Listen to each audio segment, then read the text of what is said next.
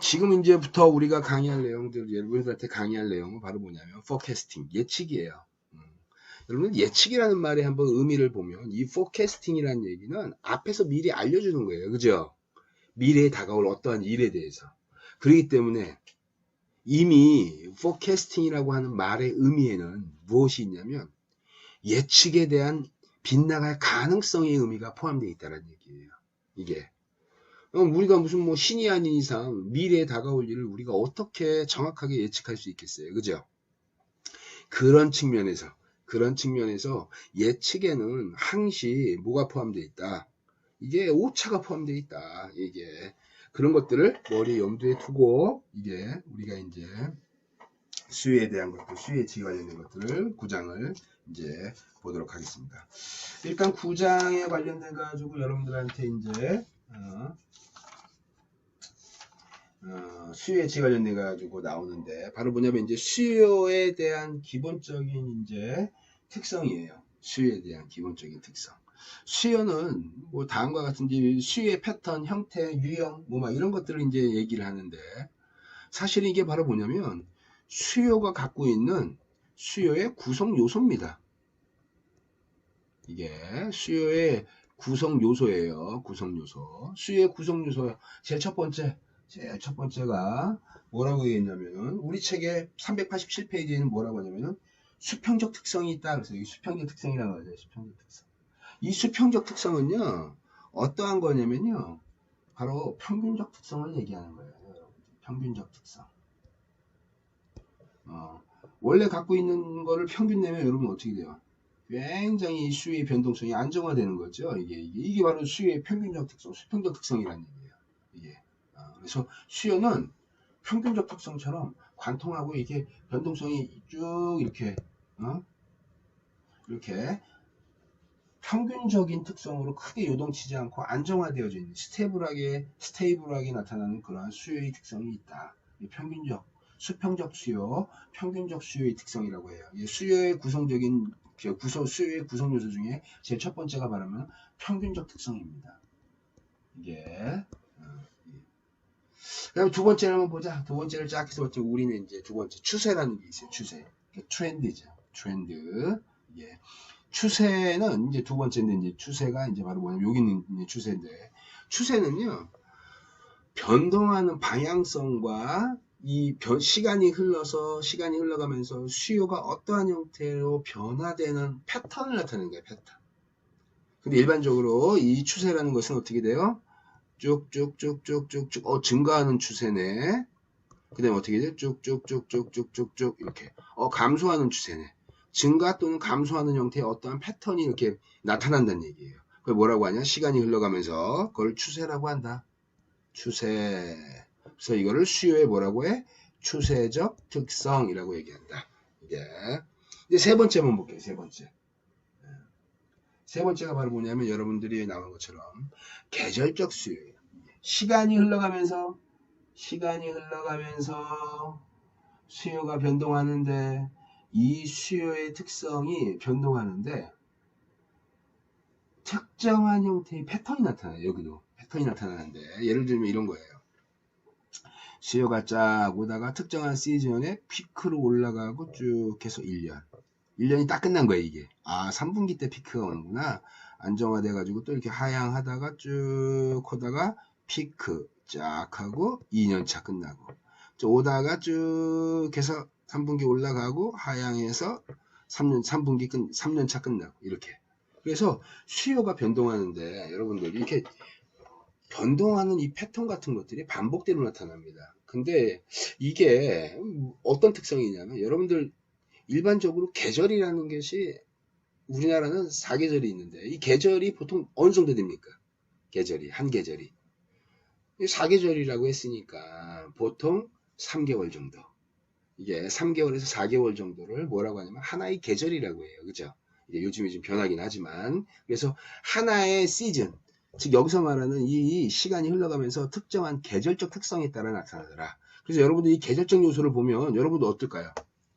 수영복 수요, 그 다음에 뭐 아이스크림에 대한 수요, 뭐 에어컨 우리 책에서 나왔지만 에어컨의 실제 구매는 어느 때 이루어진다? 여름 3개월에 전체 수요의 90%가 에어컨 판매가 이루어진다는 거예요. 예. 그러니까 에어컨의 이 수요가 여름에 집중되는 형태로 나타나는 거죠. 겨울에는 에어컨을 구매하는 사람이 있긴 하지만 이게 이제 우리 나중에 이제 그거에 대해 또 설명하겠지만 일반적으로 수요가 특정한 시즌에 이렇게 수요가 급증하는 형태. 이게 그래서 그 시즌을 변동하는 수요를 쫙 봤더니 보통 3개월에서 4개월 정도 사이에. 그래서 이 반복되는 패턴이 나타나는데 어떠냐면은 특정한 짧은 기간 내에 이걸 뭐 단기 변동성, 짧은 기간, 단기로 보는 거예요. 이 짧은 기간 내에 변동해가지고 수요가 증가했다 떨어지다가 1차년 끝나고 또 이렇게 오다가 증가하고 또 끝나고 2년차가 짧은 기간 동안 변동하는 이러한 특정한 계절적 특성이 나타나는 수요. 이걸 바로 뭐냐면 계절적 요소. 그래서 시즌이에요, 시즌. 이게 시즈널 패턴이라고 그랬어요. 이걸 세 번째로 이제 뭐라고 하냐면 이제 이걸 뭐냐면 계절적 특성이라고 한다. 이거를 수요의 계절적 특성, 시즈널 팩터예요. 계절적 특성에 이제 아까 얘기했던 수요의 구성 요소 중에 세 번째가 이제 계절적 특성이가 될 수 있고, 그 다음에 이제 학생들이 이제 굉장히 헷갈려하는 게 바로 3번하고 4번입니다. 이게 바로 뭐냐면 계절적 특성과 주기적 요소예요. 이게 계절적 이 반복되는 특성이 그것도 주기 아니냐 이렇게 여기서 말하는 이 사이클은 뭐냐면 시간이 흘러가면서 이 계절하고 똑같을 수도 있어요. 특정한 시즌에 반복되는데 근데 이 여기와 여기의 차이는 바로 뭐냐면 시간적 길이의 차이가 발생합니다. 아까 얘기했듯이 여기 한번 X축을 한번 보세요. 시간이 흘러가는데 먼스예요, 먼스. 월별 수요에 대한 것들이 쭉 나와 있어요. 근데 반대로 이 주기적 요소, 사이클적인 이 주기적 특성은 바로 뭐냐면 장기 특성입니다. 굉장히 긴 기간 동안 1차년, 2차년, 3차년, 연 단위로 바뀌는 거예요. 연단. 때로는 이 연이 어떻게 돼요? 10년, 20년, 30년, 10년 단위로 끊어가지고 어떠한 패턴을 분석하기도 합니다. 그래서 예를 들면 이런 거예요. 저기 학자들이 이렇게 쭉 해서 어떤 특정한 나라의 경기를 이렇게 쫙 해서 조사해 봤더니, 그래서 이게 경기에 그러니까 주식 시장이 오픈된 이후로, 우리가 이 특정한 나라의 이 경제 지표를 쫙 해서 봤더니 그 경제 지표가 어떻게 되냐? 45년, 40년에서부터 60년 사이에 사이클이 반복되더라. 하나의 사이클이 반복되는데 45년에서 60년 사이에 사이클이 반복되더라. 그래서 순환 경기 이론 이런 걸 만드는 거예요. 그래서 하나의 국가의 사이클, 과거에서부터 주식시장의 이러한 쭉 주가의 변화나 이런 것들을 봤더니 어떻게 되냐? 오다가 하나의 사이클이 발생돼서 올라갔다가, 그러니까 즉 순환 경기 이론 같은 경우에 저점 찍었다가 고점으로 찍었다. 예를 들면 저점 찍었다, 고점 찍었다, 저점 찍었다, 고점 찍었다, 이렇게 계속 반복된다는 얘기예요. 시간이 흘러가면서. 근데 이거에 하나의 사이클을 딱 비교해 봤더니 아까 얘기했던 대로 45년에서 한 60년 사이에 하나의 순환 경기가 반복되더라. 즉 한국과의 경기가 특정한 사이클을 가지면서 반복되더라. 근데 이거는 여러분들 여기 나오는 계절적 요소로 해서 먼슬리로 이렇게 잘게 쪼개거나 주 단위로 쪼개거나 이렇게 해가지고 시간을 쫙 분석하면요, 이러한 반복되는 사이클을 찾는 게 쉽지가 않습니다. 그래서 어떻게 돼요? 이때는 시간을 함축적인 의미로 막 5년치 막 10년치 이런 식으로 잘게 쪼개가지고, 잘게 쪼개는 게 아니라 긴 기간을 이렇게 뭉쳐가지고 긴 기간을 시기열로 쭉 해서 봤더니 경기 지표가 이렇게 순환하는 특성이 나타나네. 장기 지표죠, 장기 지표. 이게 바로 뭐다? 사이클, 주기적 특성이라는 거예요. 그래서 우리가 다시 한번 정리를 하냐면 네 가지 요소가 있어요. 수요의 기간, 수요가 갖고 있는 구성 요소는 바로 뭐다? 제일 첫 번째, 평균적 특성. 평균. 이게 수요가 갖고 있는 특성 중에 하나. 두 번째, 뭐가 있냐면 체계적으로 증가하거나 체계적으로 감소하는 추세의 특성이 나타난다. 추세적 특성이 있다. 세 번째, 특정한 짧은 기간, 굉장히 짧은 기간, 3개월에서 4개월, 단기 변동성, 그러한 수요가 발생하는 그러한 계절적 특성이 있더라. 이게 계절적 특성. 그 다음에 네 번째가 바로 뭐냐면 긴 기간 동안 반복되는데 그 반복되는 주기적 특성이 바로 뭐냐면 긴 기간 동안 이루어지는 거예요. 그래서 그걸 뭐라고 하냐? 주기. 사이클적인 특성이라고 한다. 이것이 기본적으로 갖고 있는 이 네 가지 구성 요소에다가 한 가지 또 있어요. 우리 책에 나와 있지 않지만 다섯 번째, 수요가 시간이 흘러가면서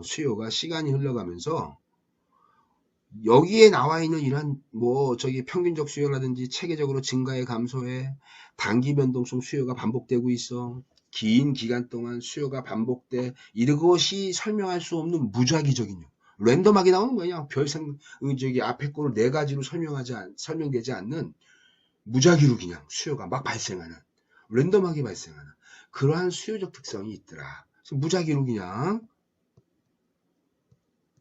무작위로 그냥 막 나타나는 형태. 그래서 수요는 기본적으로 다음과 같은 다섯 가지의 이러한 구성 요소로 나타져 있고 모든 수요에는 최소 두 가지 이상의 요소들을 갖고 있다. 모든 수요에는 최소 두 가지 이상의 수요의 구성 요소들을 갖고 있다. 알겠죠? 그래서 수요의 특성에 관련된 것들을 여러분들이 보시면 될 것 같습니다. 그래서 책에 나와 있던 대로 이러한 네 가지의 특성은 기본적으로 좀 여러분들이 머릿속에 넣으면 될 것 같습니다. 그 다음 볼게요. 수요라는 것이 이제 쭉 지나가면서 이제 단기, 중기, 장기 나오는데 여러분들이 책에 나와서 있는 시간들을 한번 쭉 해서 보세요. 이게 뭐 이제 저도 이제 여러분과 같은 나이 때 이러한 여러 가지 이제 이러한 경영학에 관련된 것들을 이제 공부하고 했지만 여기 나와 있는 것처럼 이렇게 시간에 관련된 것들 단기, 중기, 장기에서 봤더니 단기는 보통 3개월에서 뭐 4개월 그 정도 수준. 그다음에 중기는 3개월에서부터 2년. 그다음에 장기는 2년 이상 이렇게 나왔는데 수요 예측 측면에서 보면 이거에 대한 것들을 한번 봅시다. 여러분들 2년 전, 3년 전의 과거에서 지금과 같은 세상이 올 거라고 여러분들 수요가 이렇게 많이 나타날 건지 예상할 수 있겠습니까? 이게 최근과 같이 제품의 라이프 사이클이 짧아지고 제품의 수명 기간이 짧아진다는 얘기는 경쟁이 굉장히 격화되는 거예요. 그러면서 수명 주기가 짧기 때문에 어떻게 돼요? 계속 새로운 것들이 나오면서 어떻게 돼요? 수요의 예측을 하기가 점점 더 어려워지는 거죠. 그죠? 장기 예측의 오차의 크기가 굉장히 커질 수 있다라는 그러한 특징이 있어요. 이게. 그래서 여러분들이 여기에 나와 있는 요 기간들을 한번 지을 필요가 있어요. 이건 이제 학자마다 이제 굉장히 다양한 특성이 있는데 요것들을 짝짝짝 지어보자. 보통 단기는 보통 어떻게 하냐? 3개월에서 4개월 정도. 이게 3, 4개월 범위 내에 한 시즌을 얘기하는 거예요. 단기 변동성 수요. 그럼 중기는 어떻게 되냐? 이게 중기는 보통 1년 미만인데 1년 미만을 이제 수요 예측할 때예요. 수요 예측 1년 미만을 보통 중기 정도로 하는데요. 몇 개월서부터 단기 이상. 그래서 보통 여기서 나왔던 거를 3, 4개월로 보는 사람들도 있지만 보통 6개월 미만을 뭐로 본다? 그냥 단기의 수요로 보게 된다. 그 다음에 중기를 보면 어떻게 될까요? 여기서 6개월에서부터 12개월 정도까지를 수요의 중기 정도로 본다. 그러면 장기는 뭐로 보냐? 장기는 1년 이상이 넘어가면 이제는 장기로 본다. 예, 그래서 학자마다 기간에 대한 것들은 좀 차이가 있을지언정 최근 같은 경우에는 수요에 대한 예측의 오차가 굉장히 커지고 있는 상황이기 때문에 기간을 굉장히 타이트하게 보는 그러한 경향이 있어요. 그래서 다양한 연구자들에 의해서 제시되는 기간이 좀 차이는 있지만 거의 이 정도로 보면 큰 문제는 없을 겁니다. 그래서 책에 나와 있던 이러한 굉장히 긴 개념의 수요는 현실성이 좀 많이 떨어져 있는 좀 올드한 개념이다. 예전에는 이렇게 좀 수요의 변동성이 굉장히 안정화되고 제품이 출시하면 그 제품의 수명 주기가 길어가지고 굉장히 오랜 기간 동안 시장에서 유통되고 활용되고 있지만 최근에 3, 4년 사이에 없어지는 제품도 굉장히 많아요. 이게 그렇기 때문에 사실은 이 긴 기간을 이렇게 수요 예측을 한다는 것 자체가 사실 의미가 없어질 수 있습니다. 그래서 그런 측면에서 이렇게 좀 수정할 필요가 있다. 그래서 여러분 여기 나온 것처럼 이 정도로 해도 충분하다. 먼저 볼게요. 수요 예측이라는 것은요, 여러분 어떠한 특성이 있냐면 우리 수요 예측을 한번 이렇게 보겠습니다. 수요 예측을.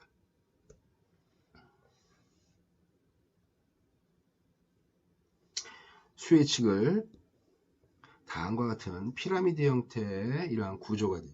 그래서 상부, 그 다음에 가운데 중부, 그 다음에 하부의 관리자들이 이 계층별로 하는 수요의 방향성과 특성이 앞에 나와 있는 그거하고 일치합니다. 그러면 조직에서, 기업 조직에서 상위에 있는 이러한 사람들 누가 될까요? 관리자들 있죠. 대표이사, 그 다음에 관리이사들, 이런 고위급 관리자. 이런 관리자들은 어떤 것에 대한 의사결정을 내릴까요? 주로 전략적 의사결정이에요. 그죠? 전략적 의사결정입니다. 전략적 의사결정이고, 회사의 전사적인 측면에서 운영관리적 특성을 어떻게 하는 거예요? 전략적으로 판단해서 의사결정을 내려야 돼요. 미래에 대한 예측을 하기 때문에. 그래서 주로 어떤 예측을 하냐. 그러니까 예를 들면 전략적이고, 쉽게 얘기하면 이런 거예요. 결정자예요. 결정권자. 결정권자이기 때문에 어떻게 돼요?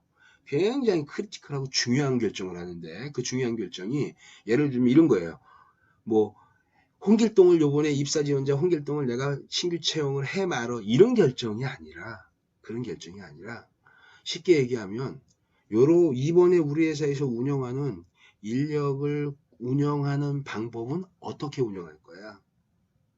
정규직 30%, 비정규직 70%, 뭐 이런 형태로 운영할 거야. 그렇다면 전체 신규 고용을 어떤 형태로 뭐 계약직으로 변형할 거야. 이런 것들을 위해서 결정하는 거예요. 최종적으로 이런 것들을 전략적 의사결정의 대상을 회사의 전체 인사관리에 대한 것들을 결정한다는 얘기예요. 여기서 말하면 또 관리자가 우리의 운영관리적 측면에서 보면 뭘까요? 공장, 생산 라인에 대한 뭐예요? 생산 라인 확충하는 것들, 생산 라인 확충하는 거 밑에 있는 뭐 김 부장이 하겠습니까? 이 부장이 하겠습니까? 생산 라인을 확충해서 공장을 확대한다든지, 그 다음에 공장의 부지를 매입해가지고 새로운 제3공장, 제4공장 이런 것들을 확충할 때 그거 누가 합니까? 최고 경영자 레벨에서 하는 거예요. 이게 그러니까 생산 라인을 확충한다든지 생산 규모에 대한 의사결정을 한다든지 어떠한 전략적 큰 기계를 바꾼다든지 프로세스를 변화시킨다든지 이런 것들이 주로 여기서 관리의 대상이 됩니다. 이게 당연히 수요 측면에서 보면 그러니까 당연히 수요 측면에서 보면 어떤 예측을 할까요? 수요 예측에서도 예를 들면 볼펜 만드는 회사야. 그러면은 A 볼펜 우리가 몇 개 팔어 이렇게 의사결정 내리기보다는 전사적 측면에서의 수요를 통합적으로 예측을 하겠죠. 그죠? 그래서 바로 나왔던 대표적인 게 바로 뭐예요? 총매출액. 총매출액 같은 거. 총매출액. 이런 것들을 갖고 이 수요와 매출액이 같이 가는 거니까. 그래서 총매출액, 목표 매출액 이런 것들을 잡아가지고 결정을 합니다. 그럼 어떻게 되냐? 이게 위계적 구조예요. 계층적 구조라는 얘기예요. 이게 그러니까 여기 상, 중, 하가 이게 바로 뭐냐면 여기는 당연히 장기 계획을 세우겠죠. 그죠? 오랜 기간 동안 돈 많이 들어가고 전략적 운영 관리에 관련된 측면에서 책임져야 될 것들이 굉장히 헤비한 것들, 무거운 것들 이런 것들을 이 관리자들이 결정합니다. 그래서 장기 계획. 그 다음에 중간에 여기가 중기 계획이고 여기가 이제 단기 계획이 됩니다. 이렇게. 그래서 이런 형태로 가면 총 매출액, 총 수요 이런 것들을 주로 여기서 결정을 해요. 총수요. 야, 예를 들면 연말 이제 다가오고 있어. 11월이야. 그럼 11월이면 벌써 12월 달에 생산된 스케줄이 결정이 되어 있습니다. 그렇기 때문에 어떻게 돼요? 이게 추정 매출액이 결정이 되는 거예요. 생산량이 결정되어 있으니까 11월이면 12월 달에 저기 주문 들어와 있는 스케줄대로 생산하면 되니까 특별한 문제가 없는 한 추정 매출액이 딱 계산이 돼요.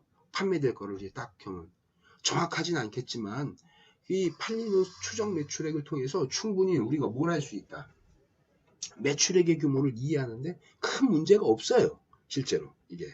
그래서 그 매출액 같은 것들을 쫙 한 다음에 야 우리가 이번에 추정 매출액 했더니 1000억이 나왔네. 그럼 내년에는 공격적으로 해가지고 우리 한 2000억 정도 공격적으로 한번 해보자. 2배 달성 한번 해보자. 예, 그래서 100% 증가 운동 한번 해보자. 이런 운동 같은 것들을 잡는 게 바로 저 장기 계획이에요. 총수요도 마찬가지예요. 총수요에 대한 예측도 지금 현재 수요가 얼마 정도니까 그걸 통해서 목표를 얼마만큼 잡겠다라는 거를 이 관리자 레벨에서 결정하는 거예요. 이게. 그럼 이렇게 되겠죠. 다시 여기서 이제 총 수요 잡아가지고 중간을 딱 쳐요. 그러면 이렇게 돼요. 1년에 예를 들면 수요가 몇 개 했냐면 우리 1000개 팔 거야 라고 예를 들었다고 합시다. 그래서 관리자가 고위 관리자가 수요를 1000개 잡았어. 그러면 중기계획으로 넘으면 어떻게 되냐면요. 중기계획은 아까 제가 6개월에서 1년 미만이라고 했잖아요. 그럼 이제 이렇게 되는 거예요. 여기는 총 수요에 대한 게 1000개야. 근데 이 밑으로 이제 쫙 가면 이제 뭐가 되냐면 이제 제품군으로 갑니다. 제품군.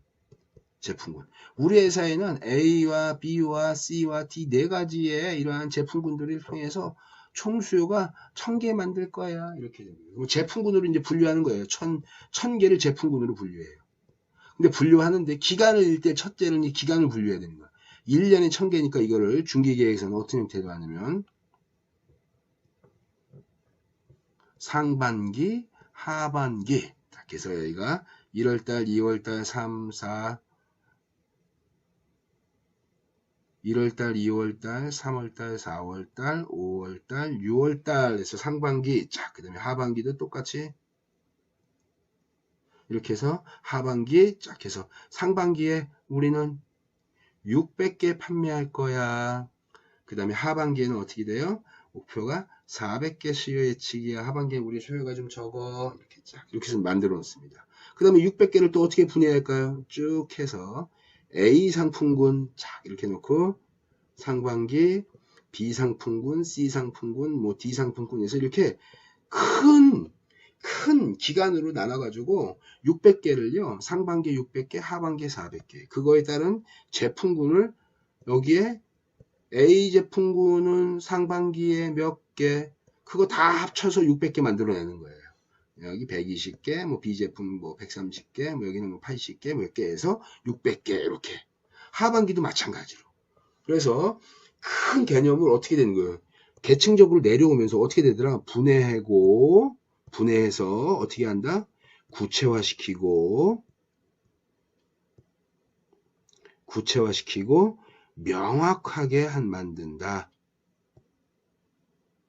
명확하게 만들 필요가 있다. 이게. 그래서 이거를 구체화시켜서 위에서부터 쭉 내려오는 거예요. 다시 한번 그림을 그리겠습니다. 계층화돼서 여기가 상, 중, 하 직급이라면 여기는 장기 계획을 하고 여기는 중기 계획을 하고 여기는 어떻게 되냐? 단기 계획을 하더라. 자, 그래서 여기는 연 단위 계획에 대한 목표 같은 것들을 잡아내는 거예요. 1년에 예를 들자면 우리 1000개 할 거야. 1000개 목표, 1000개 목표. 1년에 1000개를 내년에는 1000개 할 거야. 그러면 중기 계획을 떨어지면 어떻게 될까요? 이거를 상반기, 하반기, 상반기, 하반기 이렇게 해서 우리는 여기 6600개, 하반기 400개. 그 대신 이걸 또 어떻게 되냐? 제품군을. 여기는 뭐라고 했냐면 총 매출액 같은 걸 한다 그랬잖아요. 그러면 어떻게 돼요? 제품군에 대한 것들의 수요로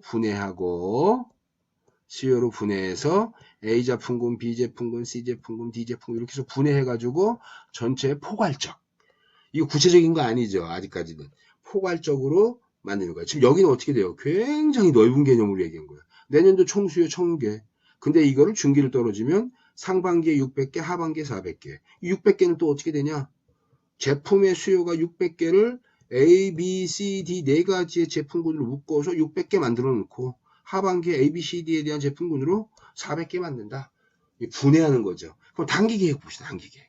단기 계획을 쭉 넘으면 여기는 아까 뭐라고 그랬냐면 1월달, 2월달, 3, 4, 5, 6 1, 2, 3, 4, 5, 6 이렇게 해서 나왔어요. 그럼 이제 단기 계획에서는요. 어떻게 하냐면 예를 들면 우리 한번 봅시다. 상반기에 우리 600개 만들어야 돼. 자 이렇게 만들어야 돼. 그러면 단기 계획에서는 어떤 형태냐면 구체화된다 그랬잖아요. 구체화. 명확하게 되는 거예요. 1월 달에 상반기에 600개 만들 때는 1월 달에 80개, 예를 들면 2월 달에 70개, 3월달에 몇 개, 4월달에 몇 개, 5월달에 몇 개, 6월달에 몇 개 합쳐서 어떻게 되냐? 600개. 여기는 중기계획에서는 뭐라고 했냐면 제품군이라 그랬어요, 여러분들. 제품군. 그럼 밑으로 떨어지면 어떻게 될까요? 제품군이 아니라 그 다음부터 뭐라고 하는 거예요, 이제? 제품군이 아니라 제품군에 속혀 있는 개별 제품이 나오기 시작하는 거죠. 그러니까 예를 들면 이렇게 되는 거예요. 1월 달에 80개를 만들려고 해. 그럼 구체적으로 자세하게 나오면 이렇게 되는. 1월 1일 날에 A 제품군에 들어가 있는 A1 제품은 몇 개 물건을 만들어야 되고 B1 제품은 몇 개 만들어야 되고 이렇게 쭉 만들어서 구체화 시키는 거예요. 1월 1일 날 A1 제품이 5개 만들어야 돼.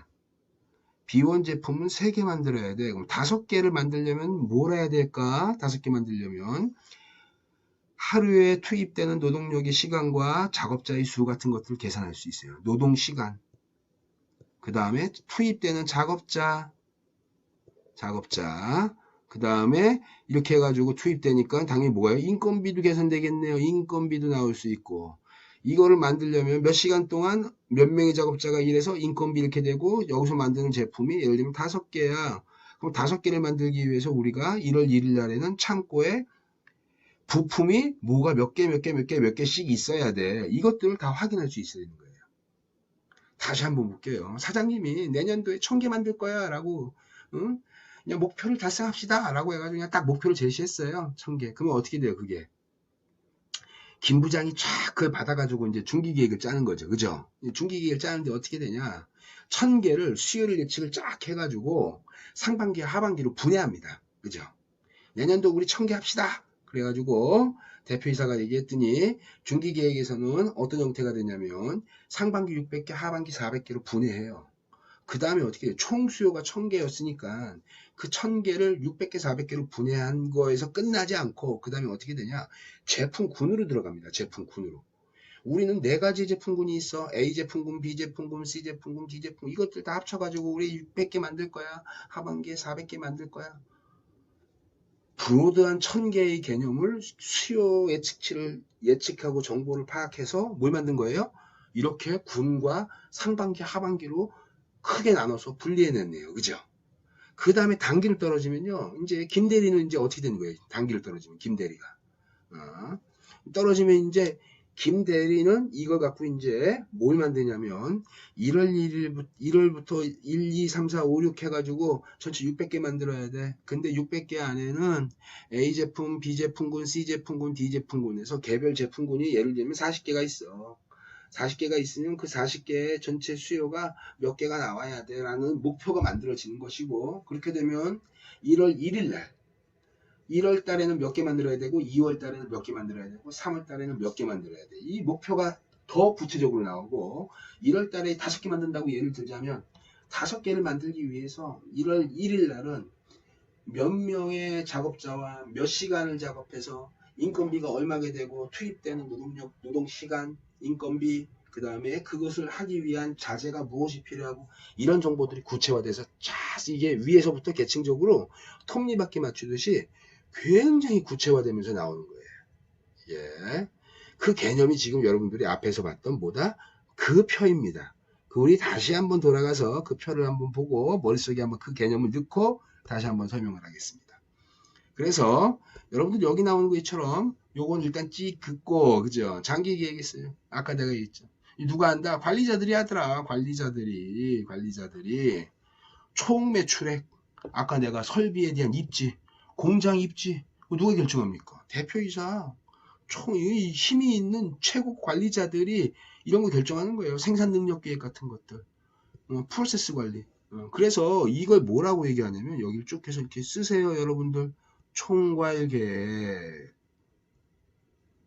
총괄계획이라고 합니다. 총괄계획 그래서 APP라고도 해요. 줄여가지고 Aggregate Product Planning에서 요것들은 뒤쪽에 또 나옵니다. 여러분들 이게 거기까지 수업을 할지 안 할지 몰라서 제가 미리 좀 설명을 하는 거예요. 시간상으로. 그래서 어쨌든 총괄계획이라고 하는 것이 있고 그 다음에 중기계획으로 넘어오니까 어떻게 돼요? 총매출액이 제품군에 대한 총매출액, 제품군에 대한 총수요 이런 형태로 가는 거예요.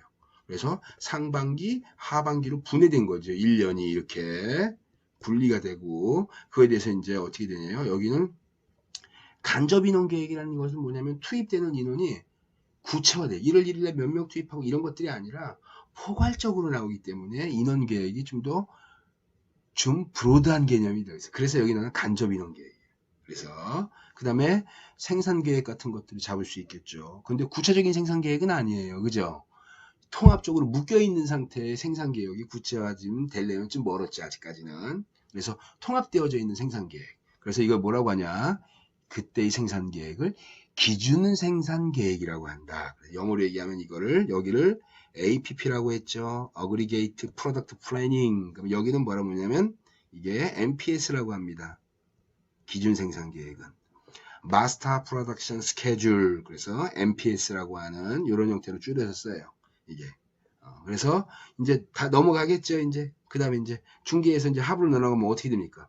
개별 제품이라든지 개별 상품 서비스에 관련된 것들을 더 구체화되는 거예요. 이게 여기서는 재고나 이런 거 관리 못합니다. 그죠? 통합되어 있으니까. 근데 여기 들어오면 어떻게 돼요? 자재, 재고 관리 이런 것들 됩니다. 그 다음에 최종 조립에 대한 일정 계획이 잡을 수 있죠. 1월 1일 날 몇 시간 투입할 거고 작업자는 몇 명이고 그거를 작업 만들기 위해 1월 달에 5개 만들기 위해서 1월 1일 날은 얼마만큼 작업해야 되고 자재는 무엇이 필요하고 어떤 재고가 필요하고 이런 것들이 구체화될 수 있어요. 그죠? 그 다음에 여기 오타가 나왔네요. 우리 책에. 기준 생산 계획이 아닙니다. 이거 우리 앞에서 배웠던 단어가 나옵니다. 이게 바로 뭐예요? 여기가 자재, 소요, 계획. 이거 많이 듣던 말인데. 이게 바로 뭐예요? 줄임말로 하면 MRP. 이게 Material Resource Planning. 자재 소요 계획을 만드는 거예요. 그래서 이걸 한번 계층적으로 쭉 하면 어떻게 된다? 이렇게 되겠죠. Aggregate Product Planning 장기, 그 다음에 Master Product Schedule. 그래서 이게 중기, 그 다음에 여기 떨어지면 어떻게 되냐? 여기는 바로 아까 얘기했던 개별 투입되는 노동자, 자재, 부품, 재고 이렇게 되겠죠. 그래서 이거를 MRP에서 Material Resource Planning 자재 소유 계획으로 연결됩니다. 여기 단기가 되겠죠. 여기 단기. 그래서 이런 형태로 이렇게 연결되는 위계적 구조를 갖고 있다. 그 계층을 머릿속에다가 계층화되어 있다는 걸 머릿속에 집어넣고 각각의 기간별로 쓰이는 수혜칙 기법을 한번 보자 그랬더니 여기는 장기 계획을 봤더니요. 긴 기간이기 때문에 과거의 수요로 미래를 예측할 때 과거에 잠재적으로 갖춰져 있는 이러한 정보들을 뽑아내서 미래를 예측해야 되니까 굉장히 다양한 방법이 쓰일 수 있어요. 그래서 주로 어떤 방법이 쓰이냐면 인과 분석. 인과 분석이 대표적인 게 바로 뭐예요? 인과 분석이 원인과 결과잖아요. 그죠? 그래서 어떻게 되냐? Y는 알파 플러스 베타 X의 엡실론 형태에 나오는 회기식이네, 회기식. 이렇게 대학 들어와서 이렇게 쓰면 학생들 너무 싫어합니다. 그죠? 이렇게 알파, 베타, 막 엡실론 해가지고 오차항 계수 포함하고 막 이러면 너무 싫어해요. 근데 우리 이거 중학교 1학년 때 배웠어. 직선의 방정식. Y는 AX 플러스 B하고 똑같은 겁니다. 이게 똑같은 거예요, 이게. 지금 직선의 방정식 그걸 얘기하는. 이게. 그래서 가장 인과 분석에서 가장 많이 나오는 것이 바로 회기 분석이다. 회기 분석. 우리 회기 분석 배울 거죠? 회기 분석에 관련된 것들이 나온다. 그래서 회기 분석은 단순 회기식이 있고, 그 다음에 다중 회기식이 있어요. 중회기식. 그래서 X의 요인이 여러 가지가 들어가 있는 그러한 것들이 나오게 됩니다. 그래서 어쨌든 가장 간단한 단계, 이런 형태예요. 그래서 우리 인과관계 분석 보면 이런 거죠. 인과관계. Y를 설명하는데, X 갖고 설명해. X의 함수식으로 표현하는 거예요. 그죠? 그래서 인과관계, 이렇게 표현하기 때문에 어떻게 되냐? 쉬운 예를 한번 볼까요? 쉬운 예를. 우리 회사의 매출액을 내가 Y를 놨어. 근데 매출액에 영향을 준 요소가 수도 없이 많겠죠. 그죠? 수도 없이 많을 겁니다. 근데 한 가지만 딱 보는 거야. 한 가지만. 1차 함수식으로. 그래서 난 뭘 보고 싶냐? 광고에 대한 식으로 보겠다. 광고에 대한 X식으로 매출액을 내가 표현하고 싶어. 이렇게 되는 거예요. 그러면 이게 어떻게 되냐? X 광고를 통해서 뭐를 보겠다? 매출액을 내가 유추하겠다. 얘가 뭐가 돼? 광고가? 얘가 원인, 광고비가 원인. 그 다음에 여기서 나오는 광고비를 통해서 나오는 Y가 매출액 이렇게 되겠죠. 그죠? 이게 그래서 이런 형태로 나오는 게 바로 인과식, 인과관계. 그래서 이걸 뭐라고 한다? 회기식이죠. 회기식. 회기. 회기. 이게 돌아간다는 뜻이에요. 그러니까 여러분들 요거 저기 경영수리와 통계 때 배웠거나 고등학교 3학년 때 여러분들 함수식 배웠거나 중학교 1학년 때 직선의 방정식 배웠거나 이거 대학 들어 안 배워도 우리 앞에 선행학습에서 중고등학교 때 이미 다 배워서 너무 오래돼서 잘 기억이 안 날 수 있지만 회기식이다. 회기. 그래서 어찌됐든 인과관계식은 회기식이고 미국에서 기업들한테 조사를 해봤어요. 연구에서 이 연구 저기 그 연구 페이퍼에 의하면 미국의 기업들한테 수요예측기법으로 어떤 게 많이 쓰여요? 라고 해봤더니 많이 쓰입니까? 어떤 걸 많이 씁니까? 라고 했더니 이런 여러 가지 방법들이 있는데 그런 방법들에서 1등이 바로 뭐냐면 인과관계 회계분석이 1등 했습니다. 인과관계 회계분석이 가장 많이 쓰이는 방법들을 기업들한테 선호되는 그러한 예측기법이에요. 이게 바로 이제 인과관계에 관련된 것이고 그 다음에 두 번째는 이제 전문가 판단법입니다. 전문가 판단법. 전문가 판단법 이거 중요한 거예요, 여러분들. 이게 항상 과거의 수요 정보를 갖고 미래를 예측하는 그러한 정보만 있는 것이 아니라 인간이 알고 있는 경험과 지식, 노하우 이런 것들을 통해서 예측하는 전문가 판단법도 있어요. 이게 그래서 전문가 판단법의 예를 한번 이제 보도록 하겠습니다. 이 전문가 판단법의 대표적인 예가 바로 보면 특정 전문가들을 딱 모아가지고 이게 예측하거나 미래를 예측하거나 아마 그런 것들이에요. 이게 여러분들 저기 300영화 봤습니다. 300영화. 300영화 이렇게 몸이 그냥 굉장히 우람하고 근육줄인 그 병사들이 그리스 병사들 해가지고 이제 나오는 영화 있잖아요. 300이라고 하는 영화. 그 영화에 이제 이 장군이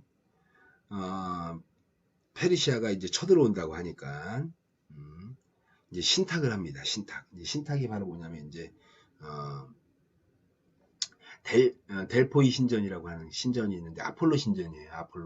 아폴로신을 믿는 모시는 신전인데 그 델포이라고 하는 그 사제가 그 신전에 있는 사제가 예측력이 아주 좋았대요. 그래서 국가의 뭐 대소사를 이제 거기서 점쳐주는 거예요. 우리 300 영화에도 아마 보면 게 나와요. 이게 어떤 여자가 이제 신탁한다 그러면 신내림, 신의 대리자. 그래가지고 딱 해서 한마디 하죠. 다 죽는다고. 자, 이렇게. 그러면서, 여기서 말하는 이 전문가 판단법의 대표적인 예가 바로 뭐냐면 여러분들, 델파이법입니다. 델파이법. 여러분, 델파이법 어때요? 델파이법. 이거 전문가 판단법으로 이미 앞에서도 한번 했어. 이 델파이법. 그 화디프 시뮬레이션 뭐 이런 것들에서도 제가 비슷한 얘기도 한번 했었고. 그래서 이 델파이법은 바로 뭐냐면 전문가들이 갖고 있는 노하우, 지식체계 이걸 갖고 미래를 예측하는 방법이다. 그래서 델포이 신전에서 예측하는 그거에서 유래된 말이 바로 델파이법입니다. 이게 그래서 전문가 판단법이 있는데 전문가 판단법으로 한번 볼까요? 여기서 말하는 정성적인 전문가 판단법. 지금 첫 번째가 뭐가 있냐면 여러분들 저기 고객들 수요 예측할 때 이러한 수리적인 접근이 아니라 정성적인 측면에서의 경험과 노하우를 반영해서 수요 예측하는 그런 전문가적인 판단법 중에 있는데 제일 첫 번째가 바로 뭐냐면 경영자 의견법이에요. 경영자 의견법. 여러분들 경영자들이 여러분 어때요? 일반인들하고 좀 다릅니다. 일반인들하고 굉장히 좀 다르기 때문에 오랜 기간 동안 경영을 했기 때문에 시장을 바라보는 남다른 시경 같은 것들이 갖고 있어요. 그래서 이러한 남다른 그 경영자의 판단을 중심으로 해서 어떻게 되냐? 그 사람들이 갖고 있는 어떠한 경험, 어떠한 시장을 바라보는 여러 가지 이러한 지식 체계 이런 것들 통해서 남들과 다른 수요 예측을 통해서 하는 거예요. 근데 실제로 뭐 좀 훌륭한 이런 경영자들 같은 거 보면 남들이 보지 못하는 굉장히 미래지향적인 그런 예측을 한다든지 수요를 결사반대하는데도 밀어붙여서 성공 모델을 만들어낸다든지 그런 여러 가지 것들 우리 알잖아요. 그런 것처럼 경영자가 시장의 어떤 수요나 이런 특성들을 남들과 다른 눈으로 보면서 그 사람이 갖고 있는 노하우, 경험을 이게 체계를 반영하는 형태. 그게 바로 전문가 판단법이 제 첫 번째가 경영자 판단법. 경영자가 판단하는 노하우 같은 걸 이용하는 판단법이 있습니다. 그래서 어쨌든 경영자들은 남과 다르다. 이 사람들이 노하우나 이 사람이 지식 체계를 활용하는 거예요. 두 번째 또 있습니다. 두 번째가 바로 또 뭐 있냐면 여러분들 시장에서 수요의 최전선에 있는 사람이 누구입니까? 수요의 최전선에 있는 사람들. 세일즈하는 이 마케터들 아닐까요?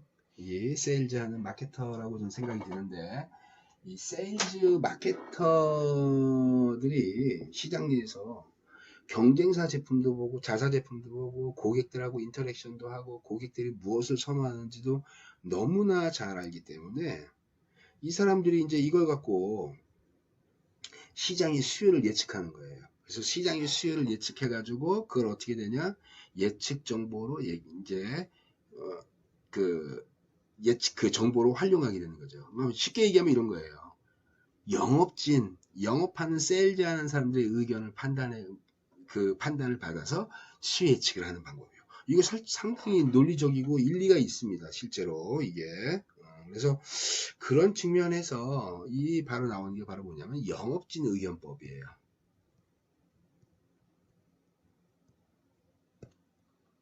영업진 의견법, 영업진 판단법 이런 것들이 이제 전문가적인 그런 정성적 예측기법이라고 이제 할 수가 있습니다. 그것과 더불어서 여러분들 또 이런 것들이 있어요. 이 영업진 의견법에 대한 것들이 참 재밌습니다. 여러분들 예를 들면 영업진들이 자기들이 볼펜을 이제 예를 들면 우리가 볼펜 만드는 회사다. 볼펜을 만들어서 이제 판매를 한 회사인데 영업진들이 생각하기에는 자사의 A 제품의 이 볼펜의 수요가 1년 동안 1000개 정도 나타날 것 같아. 자기네들 경험에 의하면. 이게 팔아봤으니까 알 거 아니에요. 그죠? 그래서 1000개 팔릴 거라고 했는데 이 1000개 팔릴 거라고 해가지고 이 위에 예측 담당자한테 수요는 이만큼 생길 거야 라고 딱 얘기하면 이 1000개의 수요는 누가 판매해야 될까요? 영업진들이 자기네가 생각하기에는 1000개 정도가 좀 나와가지고 이제 자기들 예측하기에는 1000개 정도는 팔릴 것 같아. 그러면 그 1000개를 본부에다 그대로 보고하면 그 1000개 누가 팔아야 돼요? 영업진이 팔아야 됩니다. 그죠? 그러니까 영업진은 예측할 때 실제 1000개 정도가 나오면 어떻게 보고할까요? 영업진 의견법, 판매진 의견법, 판단법 이런 것들이 지금 얘기하는 겁니다. 당연히 1000개 나와가지고 내가 1000개 팔면 예측이 빗나갔을 때는 굉장히 힘들어지는 거예요. 영업진들은. 그러니까 어떻게 돼요? 실제 1000개 예측됐다고 하더라도 1000개를 그대로 보고하지 않습니다. 보통 20-30% 감해입니다. 그래서 800개, 750개, 700개 이렇게 해가지고 영업진 의견을 반영을 해서 보고를 하는 거예요.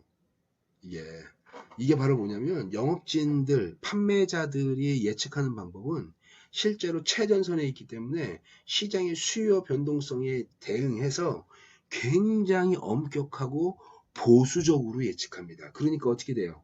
실제로 1000개 같지만 1000개를 정점으로 보고 실제 예측은 어떻게 된다? 800개 하더라, 750개 하더라 이렇게 낮게 낮춰버리는 거예요. 그래서 그 상태에서 어떻게 돼요? 보고를 하는 거죠.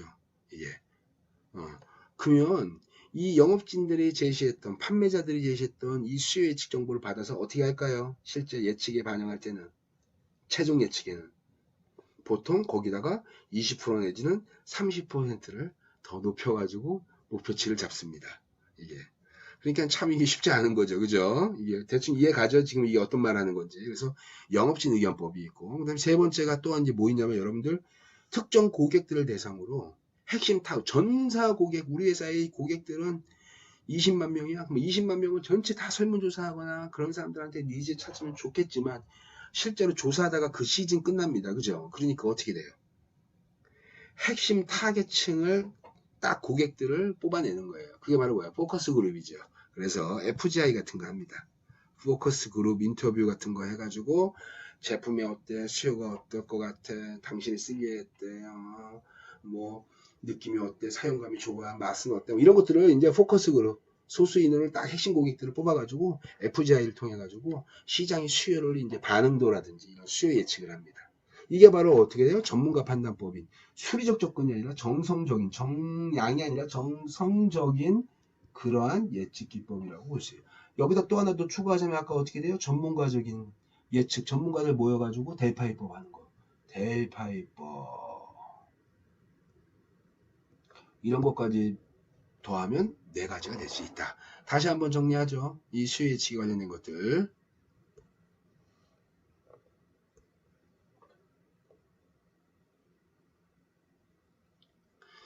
수요 예측 기법을 한번 보겠습니다. 수요 예측 기법. 수요 예측 기법을 우리 앞에서 나왔지만 수요 예측 기법 자 해가지고 크게 다음과 같이 2가지로 나눌 수 있어요. 하나는 수요 예측 기법이 있는데 하나는 이게 정량적 예측 기법이 있다. 정량이에요. 양. 정량이니까 수리적 접근이죠. 이게 이 수리 기법을 이용한 예측 기법을 얘기하는 거예요. 그 다음에 또 하나는 정성적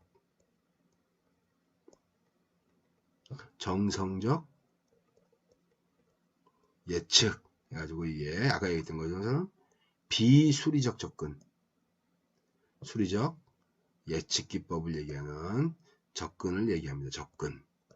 이게 여기는 수리적 접근을 얘기하는 거고. 그래서 정량적 예측 기법에는요, 제일 첫 번째가 뭐가 있냐면 시계열 예측 기법이 있습니다. 시계열 예측 기법. 이 시계열을 영어로 얘기하면 타임 시리즈예요.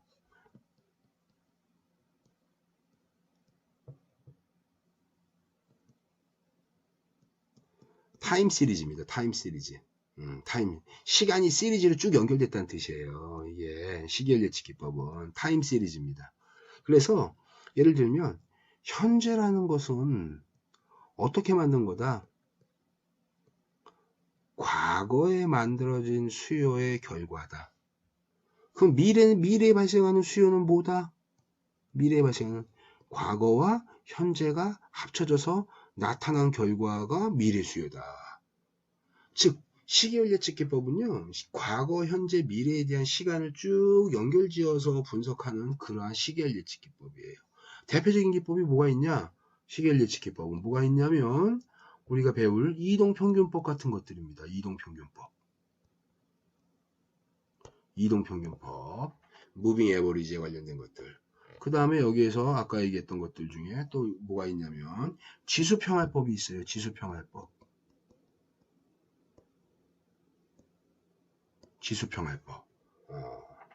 그 다음에 뭐 승법, 계절 모델, 뭐 이런 것들이 다 이 시계열 정보를 이용한 시계열 예측 기법입니다. 우리 뒤에서 다 배워요, 이게.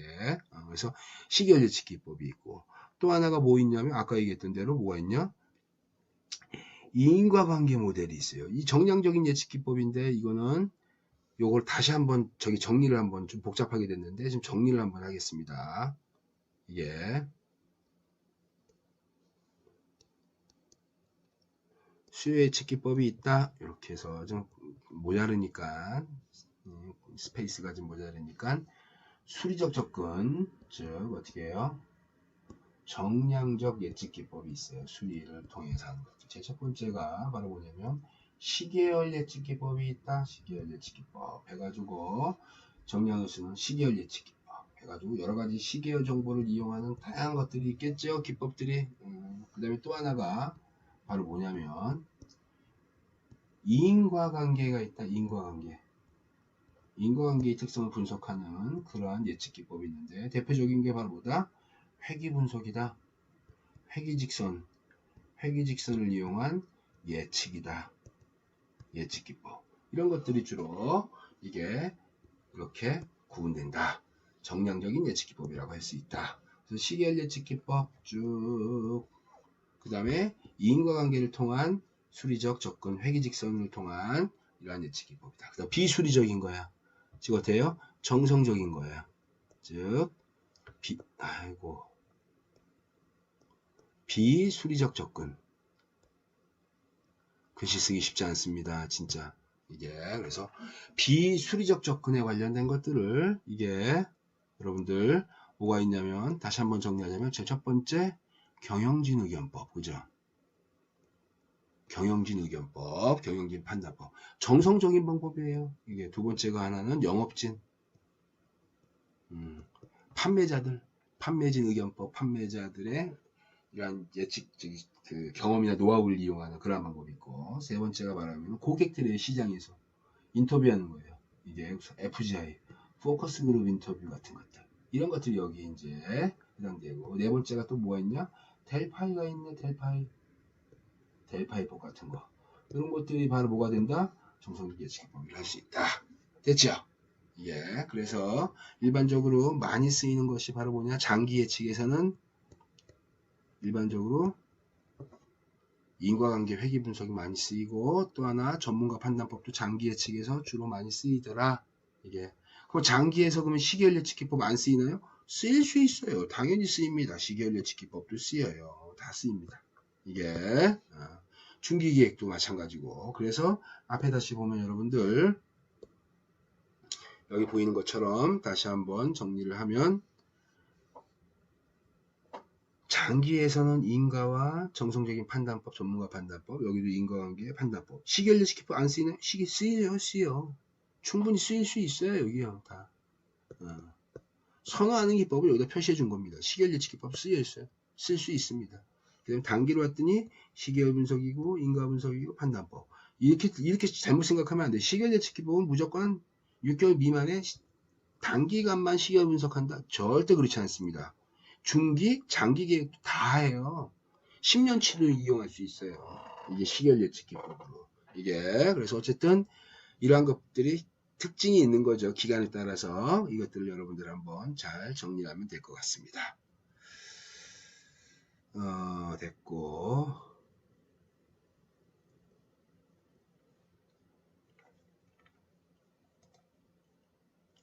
그 다음에 이제 우리 책에서 이제 제일 첫 번째로 여러분들 바로 이제 시계열 예측 기법이 아니라 인과관계를 통한 회귀 분석이 바로 나와버려요. 그죠? 바로 나와버립니다.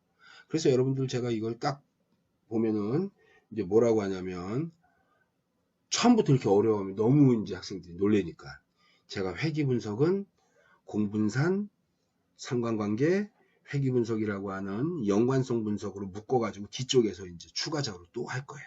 그때 이제 여러분들 아까 얘기했던 이 회귀 분석에 관련된 거는 그때쯤 배우기로 하고, 그때 또 다 하니까 이제 그때 보는 걸 하고, 처음부터 가장 간단한 시계열 예측 기법부터 여러분들한테 설명하도록 하겠습니다. 일단 여러분들 시계열 예측 기법 갖고 한번 볼게요. 쭉 해서 봤더니 여기에 나와 있는 것들을 보면 과거 수요를 그대로 현재에 반영하는 방법이에요. 자, 그래서 어제 고객 수가 105명이라면 오늘의 고객 수는 얼마만큼 올까요? 이렇게 물어보는 거예요. 얼마만큼 올까요? 쫙 했을 때 어떻게 되냐? 어제 105명이니까 오늘도 어제와 같이 105명 이렇게 예측하는 겁니다. 이게 시계열 예측이니까 어때요? 과거, 현재, 해서 뭘 본다? 미래를 본다. 그래서 우리 막 대단한 사람들이 막 이런 영역 막 이렇게 뭐 저기 좀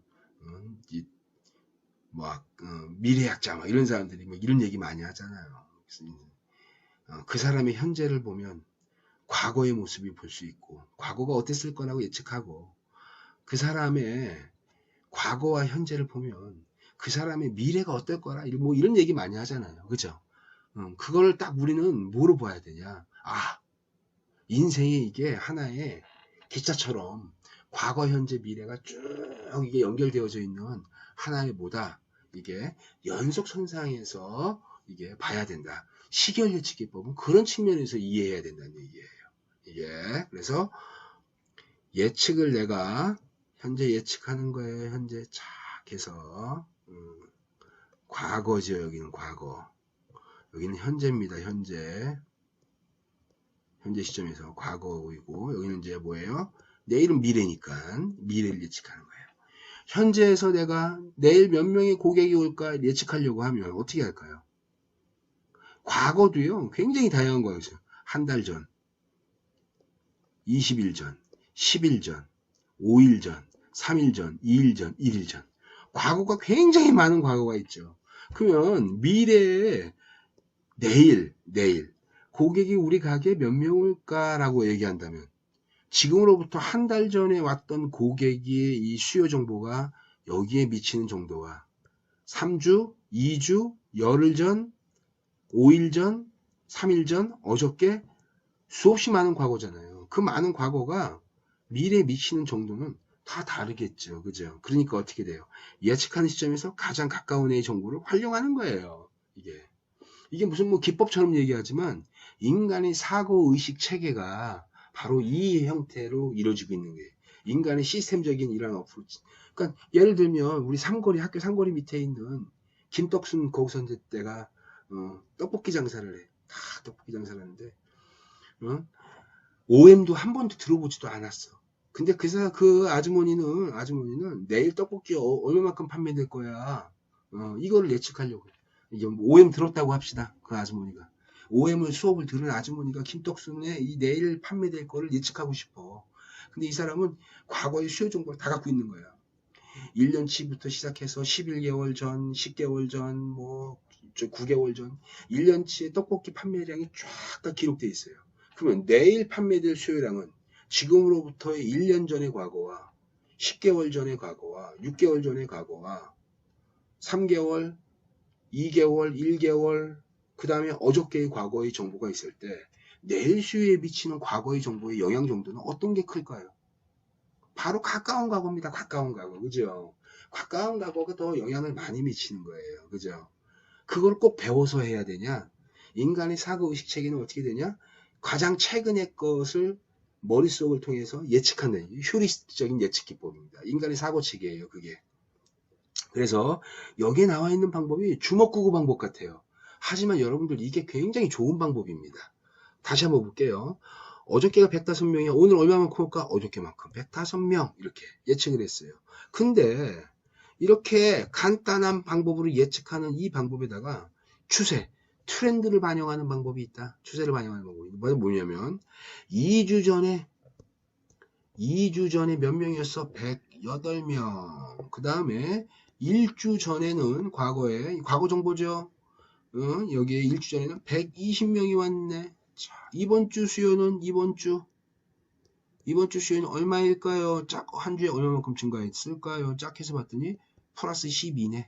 자, 그러면 여기는 바로 그대로 딱 적용해서 플러스 12. 이번 주 예측치는 얼마? 120에다가 증가된 양 플러스 12 해서 바로 132명 예측 됐죠. 이게 이렇게 해서 추세, 늘어난 양을 자꾸 가까운 데다 이렇게 반영하는, 가까운 예측치에다가 반영하는 거예요. 예측하는 시점에서. 이게 이 사람 분명히 어떠했을 거예요. 수없이 많은 과거 정보가 있을 거예요. 그 중에서 어떻게 돼요? 여기에 있는 특정한 기간 동안에 늘어난 양을 반영해서 딱 이렇게 반영할 수가 있는 거죠. 이게 그러니까 1주 전이죠. 1주 전. 이게 그래서 어쨌든 이런 형태로 해서 132명을 예측할 수 있다. 근데 어떻게 돼? 실제로 128명이 왔어. 128명, 실제가 128명이 왔네. 120명에서 128이니까 플러스 8명이 증가됐네요. 다음 주는 다음 주 수요는 어떻게 될까? 바로 어떻게 돼요? 실제로 온 고객 128에다가 늘어난 양만큼 8 더해서 136명이 예측하게 되는 거예요. 이게 너무나 쉬운 방법이죠. 어떻게 보면 이게 무슨 기법이야? 주먹구구네, 주먹구구야. 이렇게 얘기할 수 있지만 여러분, 우리가 앞으로 배울 기법은 이 논리를 그대로 다 수식으로 만든 겁니다. 이 방법을 그러니까 당연히 어떻게 된다? 머릿속에 잘 염두에 두고 있어야 된다, 여러분들이. 이게 그래서 이 방법이 주먹구구 같지만 여러분들 한번 보세요. 굉장히 간단하고 비용도 굉장히 적으면서 효과적으로 수요를 예측할 수 있는데 단 어떨 때? 수요의 변화가 작을 때. 수요의 변화가 작다란 말을 한번 보여주세요. 수요의 변화가 큰 거예요. 그죠? 수요의 변화가 작은 겁니다. 수요의 변화가 작다는 얘기는 고점과 저점의 차이가 적다는 얘기예요. 그죠? 변동성의 차이가. 그러니 당연히 뭐가 된 거예요? 오차가 빗나가도 오차가 작기 때문에 굉장히 이 수요가 안정적인 수요에서는 어떻게 돼요? 이런 방법을 써도 너무나 좋다. 주로 어떤 수요의 변화가 적으니까 아까 수요의 5가지 구성 요소의 제일 첫 번째 평균적 수요일 때 이 방법을 쓰면 너무나 좋은 방법이다 이게. 그래서 계절적 수요의 변화가 없고 이런 게 계절적 수요예요. 그죠? 계절적 수요의 변화가 적고 확률적 오차가 적을 때 안정화돼 즉 스테이블하게 움직이는 거예요. 굉장히 안정화되어져 있는 수요일 때 이 방법이 너무나 좋은 방법이다. 이게 그런 것들 머리에다 여러분 딱 염두에 두고 보면 어떻게 되겠어요? 수요 예측 기법은 어떤 수요에는 A 기법이 좋아, 어떤 수요에는 B 기법이 좋아. 딱 정해져 있는 게 아니다. 그러면 어떤 거냐? 수요의 안정성과 수요의 특성에 따라 어떻게 되더라?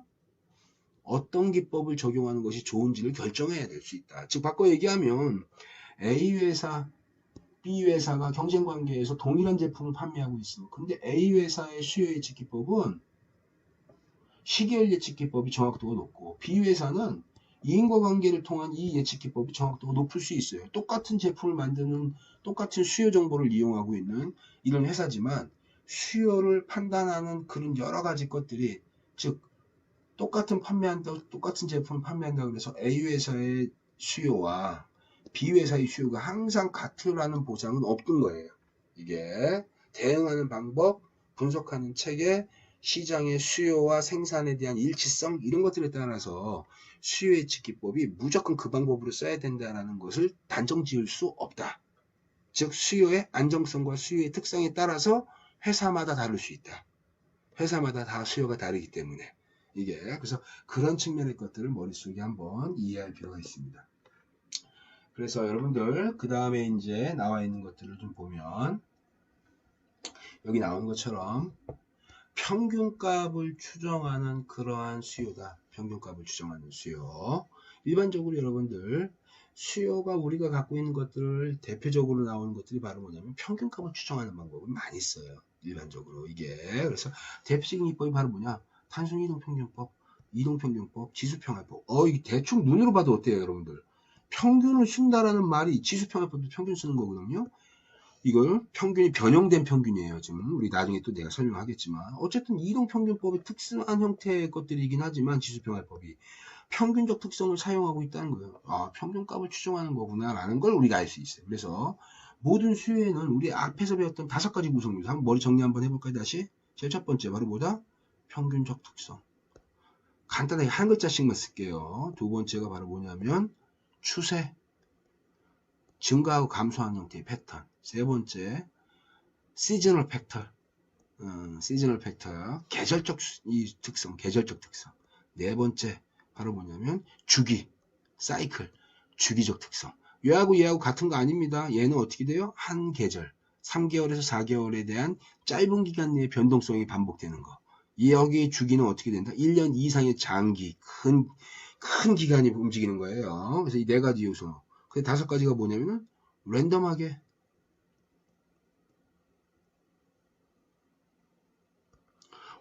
나오는 거예요. 무작위로 그냥 막 수요가. 이 4가지로 설명되지 않는 무작위로 나타나는 시간이 흘러가면서 무작위로 나타나는 수요의 특성. 그래서 모든 수요에는 이 5가지에서 2가지 갖고 있다라고 얘기했죠. 그죠? 최소한 2가지를 갖고 있다. 이건 아까 했던 얘기인 거고. 그래서 여러 가지 것들을 갖고 이러한 수요에 대한 추세, 계절, 주기적 특징 이런 것들을 없는 시계열 자료를 분석하기 위한 통계적 기법이 바로 뭐다? 평균값을 추정하는 방법이다. 그러면 추세나 계절적 패턴, 주기 패턴이 있으면 이 평균 추정하는 방법이 안 맞을까요? 오차가 발생하긴 하겠지만 적용할 수도 있다. 이게 그래서 어쨌든 그러한 측면에서 제일 첫 번째로 우리가 이제 무엇을 배울 거냐면 바로 이동평균법에 대한 것들을 배워보겠습니다. 여기 나왔던 걸 Simple Moving Average Method라는 이걸 뭐라고 하냐면 단순 이동 평균법. 글씨가 이상하게 써지니까 읽는 것도 평균법 막 이렇게 됩니다. 사실 제 수업이 굉장히 여러분들 재밌습니다. 되게 재밌고 제가 또 여러분들 굉장히 또 재밌는 얘기도 많이 해주고 그래서 개그맨의 뺨칠 정도로 굉장히 아주 그냥 즐겁고 유익한 OM 시간인데 이 원웨이로 이렇게 하다 보니까 참 이 강의하는 사람 입장에서도 쉽지 않아요. 이게 흥도 안 나고, 그죠? 그럼에도 불구하고 제가 열과 성을 다해서 어쨌든 강의실에 있는 현장감이 있는 그런 것들을 전하려고 굉장히 노력을 많이 합니다. 여러분들 그런 것들은 좀 한 번씩 꼭 좀 한번 제가 이렇게 노력한다는 거 한 번씩 여러분들 머릿속에 좀 기억해 주시면서 수업을 좀 들었으면 좋겠어요.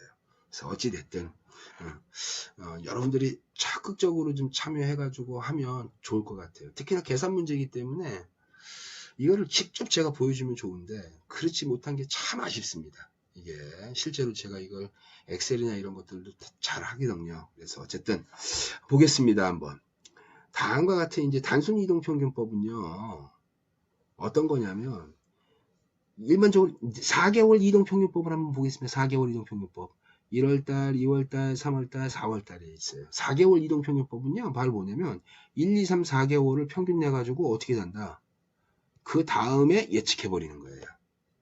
그러면 4개월 이동평균법은 다음과 같은 기간이 이렇게 주어져 있을 때 첫 번째 예측치는 몇 월에 찍힐까요? 4개월 이동평균법은 4개월을 이동하니까 첫 번째 예측치는 바로 4 플러스 1, 5개월에 찍히는 거죠. 그래서 이거를 이동평균법을 뭐라고 하냐면은 이렇게 합니다. N기 이동평균법.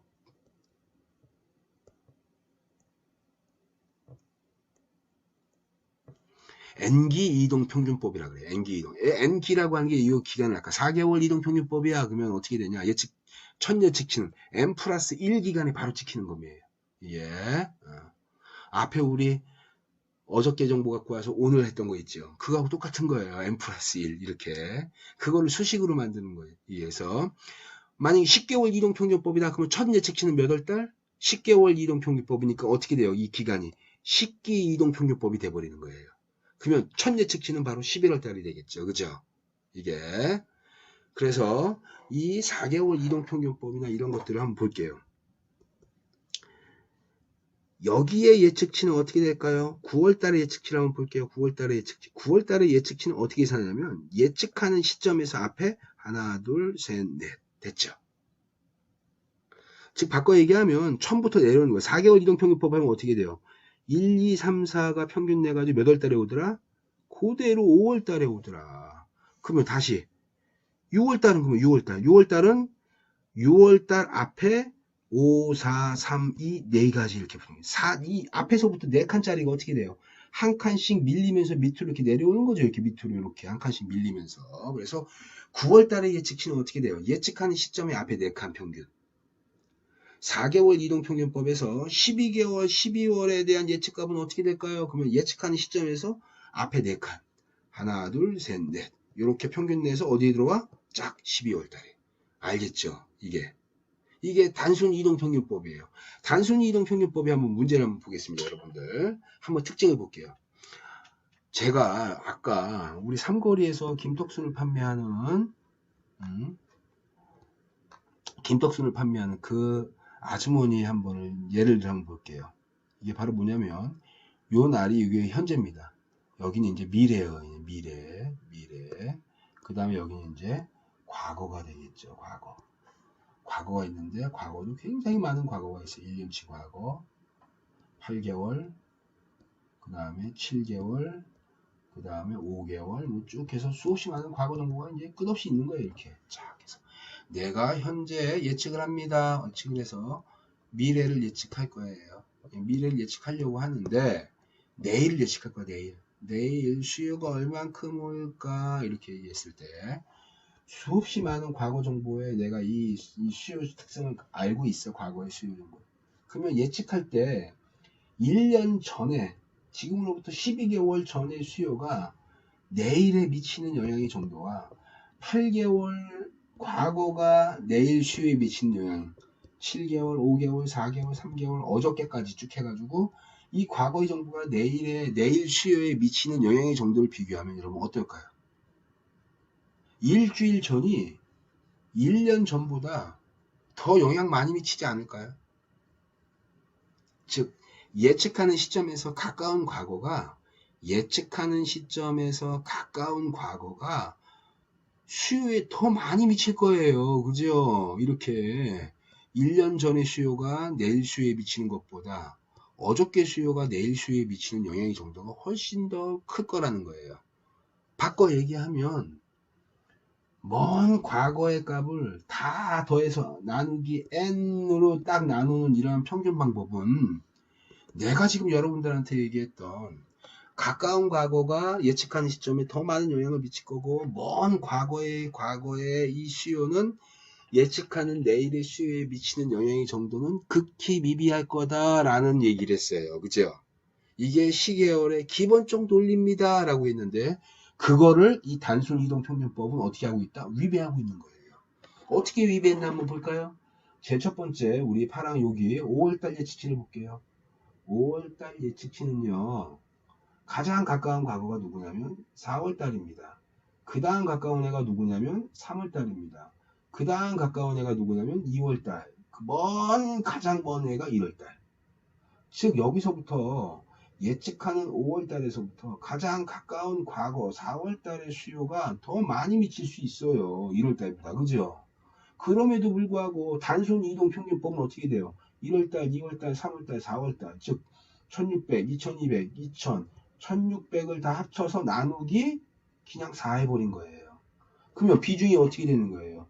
5월달 예측치에 반영되는 비중은 얘 0.25, 25%죠. 25%. 얘 25%, 25%, 25%. 가까운 과거가 먼 과거가 똑같이 반영되고 있다는 거예요. 이게 바로 무슨 문제가 있다? 단순 이동평균법에 예측할 때 평균적 수요의 특성이 나타나기 때문에 이런 문제가 생기더라. 그럼 이거 어떻게 해결하면 될까요? 이거 어떻게 해결하면 될까요? 가중치를 차별적으로 줘야죠. 그죠? 어떻게 해야 돼요? 이 4기 이동평균법을 내가 썼다. 그럼 어떻게 됩니까? 여기 0.1, 여기 0.2. 아유, 잘못했다. 죄송합니다. 가까운 데다가 많이 주는 거야. 여기 0.5, 여기 0.4, 여기는 0.05, 여기는 0.0, 뭐, 이렇게 해가지고 전체 가중치합은 1이 돼야겠죠. 그죠? 그러니까 어떻게 됩니까? 이거를 쭉 다 합쳐서 가중치 1이 되는데, 여기 나오는 것처럼, 뭐 0.5, 0.4, 뭐 0.05, 뭐 이런 형태로 해가지고, 좀 예측하는 시점에서 멀어지면 멀어질수록 어떻게 돼요? 작은 비중을 반영하고, 가까운 과거는 많이 비중을 많이 하고, 이렇게 해서 이거를 다 합치는 거죠. 그러면 이렇게 되는 거죠. 썸을 할 거야. 그죠? 썸을 할 거야. 다시 한번 보겠습니다. 여기가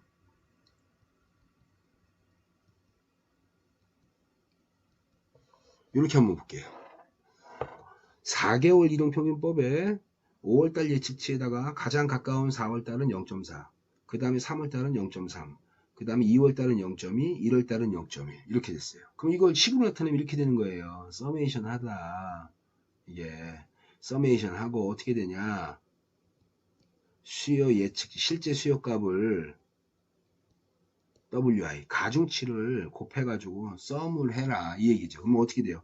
1600 곱하기 0.1 얼마 나오겠네. 2200 곱하기 0.2 얼마 나오겠네.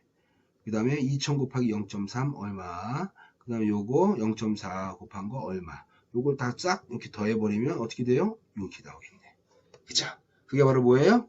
이런 형태가 이게 바로 가중치를 준 가중 이동 평균법이라고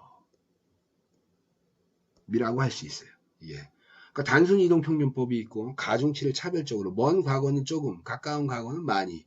그래서 weighted moving average 기법이 바로 요 방법입니다. 그래서 여러분들 단순 이동 평균법에 대한 특징은 이렇게 보시면 이해하기가 편해요. 이게. 그래서 여러분들이 지금 나와 있는 이런 것들처럼 여러분들이 이동평균법, 우리 여러분들한테 엑셀 자료 한번 봤죠? 엑셀 자료에 보면 어때요? 지금 이 화면은 지금 여기에 있는 것들 파워포인트만 업로드 해가지고 이게 지금 녹화가 되니까 다음엔 엑셀 자료를 해가지고 이동평균법의 특징을 한번 강의를 또 추가적으로 여러분들한테 올리도록 하겠습니다. 그래서 어쨌든 이동평균법에 대한 특징들은 이런 형태로 여러분들이 지금 넘어가면 될 것 같아요.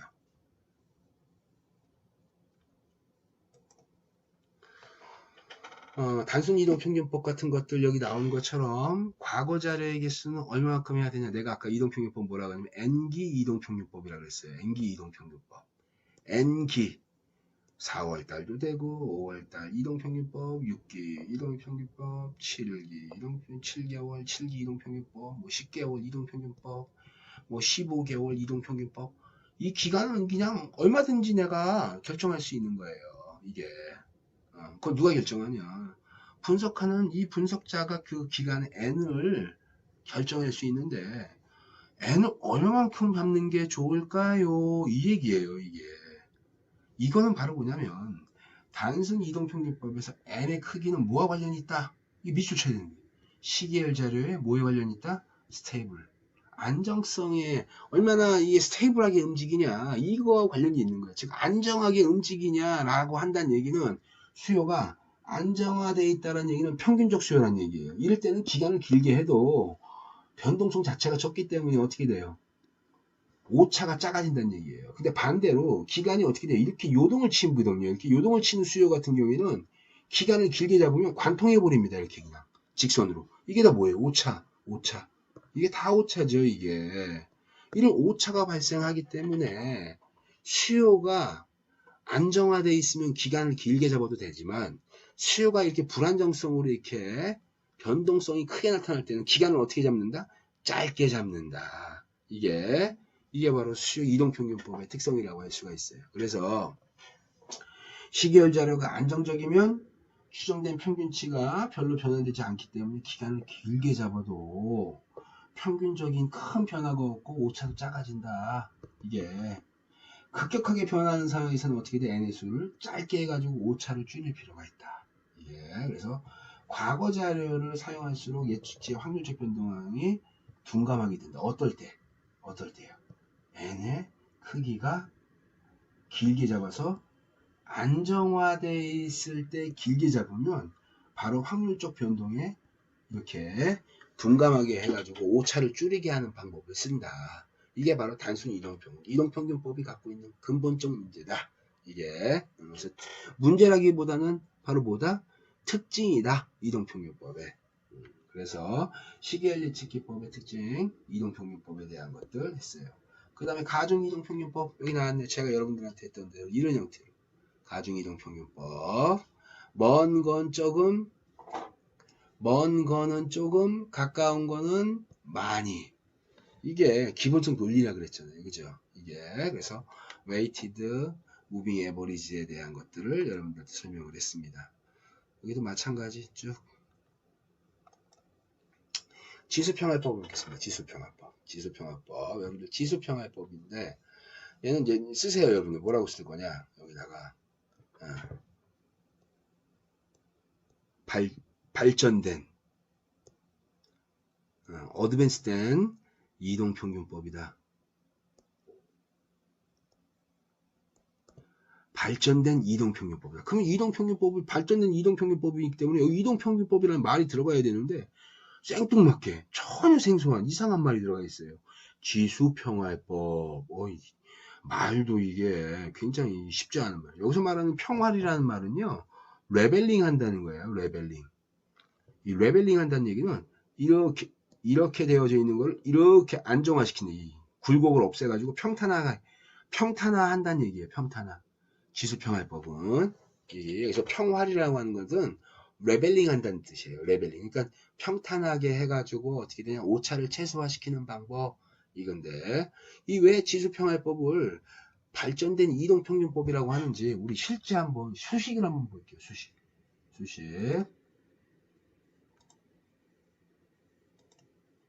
이렇게 되어 있네요. 여러분들 지수평활법에 대한 대표적인 식을 제가 여러분들 보여주겠습니다. 여기 나오는 것이 대표적인 식이에요. 이렇게 쭉 해서 봤더니 FT 플러스 1기간의 포캐스팅 예측값은 알 수 없는 식이 이렇게 나와버렸네. 이제 보겠습니다. 시계열에서 시차함수를 표현하는 방법이에요. 예를 들면 이렇게 됩니다. 2001년, 2002년, 2003년, 2004년 이렇게 되잖아요. 이게 그러면 여기 이렇게 되는 거예요. 여기를 T 기간이라고 하더라. 예를 들면 T 기간이라고 하면 2002년도는 어떻게 돼요? T 플러스 1기간. 그럼 얘는 어떻게 돼요? T 플러스 2기간. 2004는 T 플러스 3기간. 그러면 2000년은요? 우리 여기서부터 시작했는데 이 앞에 있는 애는 얘가 T니까 2000년은 뭐가 되냐? T에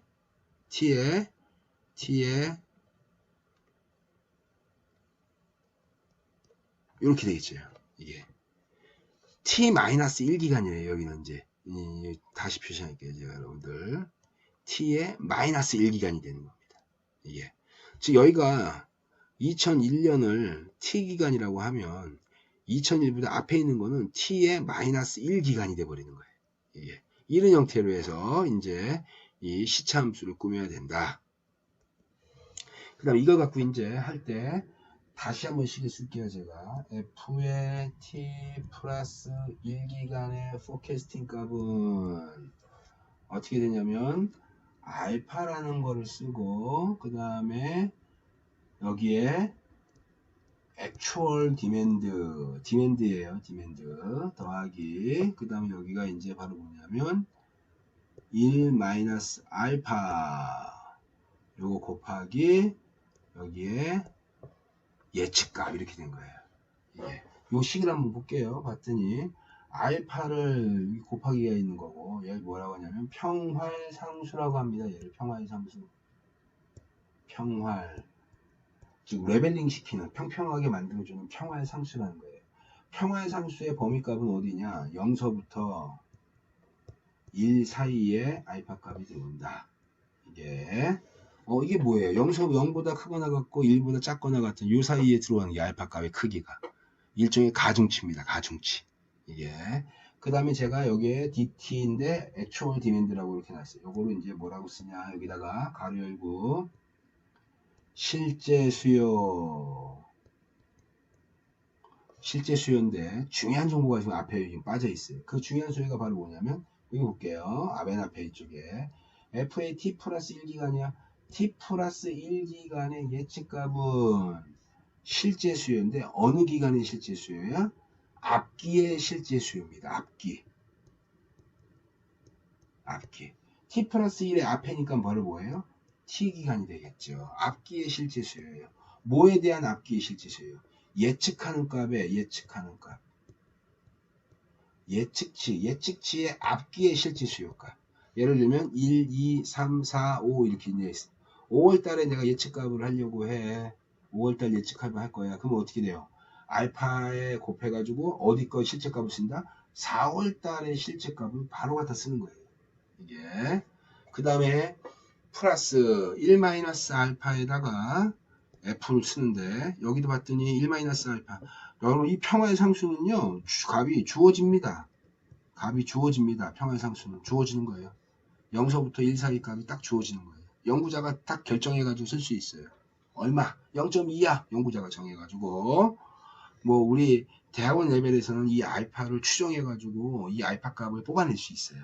이 수요의 특성에 따라서. 근데 뭐 학부 단위에서 이 알파를 추정을 해가지고 이거를 뽑아내고 그런 것들은 저희 범위 바깥의 일입니다. 그러니까 일반적으로 연구자들은 그걸 추정하는 것이 아니라 알파 값을 뽑아서 오차를 가장 작게 하는 그 알파 값을 찾아내요.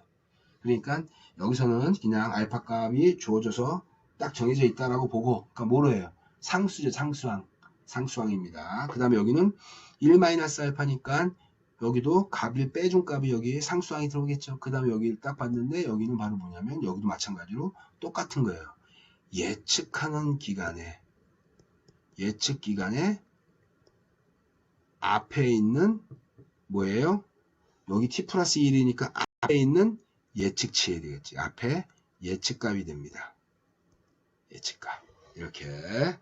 그래서 여기가 ft가 됩니다. t. 그럼 여기서 이렇게 되겠죠. t 플러스 1기간이야. 예를 들면 3월 달에 예측값을 내가 뽑으려고 해. 그러면 앞에 있는 실제값이니까 2월 달의 실제값, 2월 달의 예측치가 여기 들어가는 거죠. 그죠? 이게. 그래서 이런 형태로 계산을 하는데 왜 이 방법을 지수평활법이라고 얘기했고 왜 지수평활법을 지수의 특성을 갖고 얘기하는 것이 아니라 뭘 갖고 얘기하냐면 바로 발전된 이동평균법이라 그랬어요. 이동평균법. 다시 한번 보겠습니다. 우리 식을 한번 보겠습니다. 알파가 0.2 들어가고 알파가 ft 플러스 1 기간의 예측값은 0.2의 dt 앞에 값이 실제 수요니까 얘가 만약 3월달이면 2월달이 되겠죠. 예, 그래서 플러스 1기간의 예측값은 이 주어진 값에다가 실제값을 더하고 그 다음에 0.8에다가 예측값을 곱해서 내가 t 플러스 1기간의 예측값으로 쓴다 이렇게 얘기합니다. 예, 그럼 이걸 한번 볼까요? 이렇게 되는 거예요. 예, 내가 3월달 예측치를 예측하려고 해. 그랬더니 1월달이 있고 2월달이 있고 3월달, 4월달, 5월달이 있다고 합시다. 그 다음에 여기 이제 각 기간별로 실제 수요가 있어요. 실제 수요. 액추얼 디맨드라고 합시다. 그래서 여기가 100개가 나왔고 여기는 200개가 나왔고 여기는 220개가 나왔고 250개 여기는 300개 이렇게 나왔다. 그래서 내가 예를 들면 요 옆에다가 이제 이렇게 놓고 여기다가 이제 예측값이 있어요. 예측값. 그래서 예측값을 초기 예측값은 그대로 100이라고 주고 2월달의 예측값을 한번 내가 계산해 보겠습니다. 2월달의 예측값 어떻게 하나? 알파는 0.2다 라고 하면 F의 2개월치의 2월달의 예측치는 알파값 줘줬으니까 0.2 곱하기 어떻게 되냐? 앞에 실제값. 내가 여기 지금 하는 거 아니에요. 여기요. 그죠? 여기 요 부분, 별표에 있는 부분 하는 거니까, 여기 예측치니까 앞에 있는 실제값을 쓰는 거예요. 실제값. 그러니까 뭐예요? 100, 실제값 100, 더하기 1 마이너스 알파니까 0.8이 되겠네요. 0.8 곱하기 뒤에 있는 거, 예측치 곱하기 100. 100에다가 0.2하고 100에다가 0.8 했으면 뭐게요? 여기는 결과값이. 얼마예요? 여기 100 나오겠네. 그냥 100. 그죠? 이렇게. 이 말은 다시 한번 볼게요. 2월 달에 예측값을 계산하는데 1월 달에 예측값에 2월 달에 예측을 하는데 1월 달에 실제값에다가 20%를 그대로 1월 달 예측치에 20%를 2월 달에 반영하고 너가 반영하지 못하는 것을 앞기에 있는 예측값을 갖고 보정을 통해서 80% 반영해서 보정을 통해서 예측해라 이런 뜻이에요. 예. 그래서 여러분들 우리 아까 이동평균법 봤죠? 평균 내가지고 딱 그냥 제시하면 끝나는 겁니다. 평균 낸값 4개월 이동평균법 하면 1월달, 2월달, 3월달, 4월달 평균 내에서 5월달 예측치 딱 끝난 거예요. 그러면 바로 뭐가 되는 거예요? 예측치에 가장 좋은 건 바로 뭘까요? 예측은 포캐스팅 값과 실제 값을 뺐더니 예측값과 실제 값, 실제 액추얼 디맨드 값하고 이거를 예측 값하고 비교를 해봤더니 이 값이 0이 나왔어. 빼줬더니 실제 값에서 바뀌었네요. 요거 좀 바뀌었습니다. 다시 바꿀게요. 그러니까 예를 들면 이렇게 되는 거죠. 실제 값이 있는데 내가 여기서 예측 값을 뺐어요. 예측값을 빼면 그 값이 0이 나왔다라고 한다는 얘기는 어떻단 얘기예요?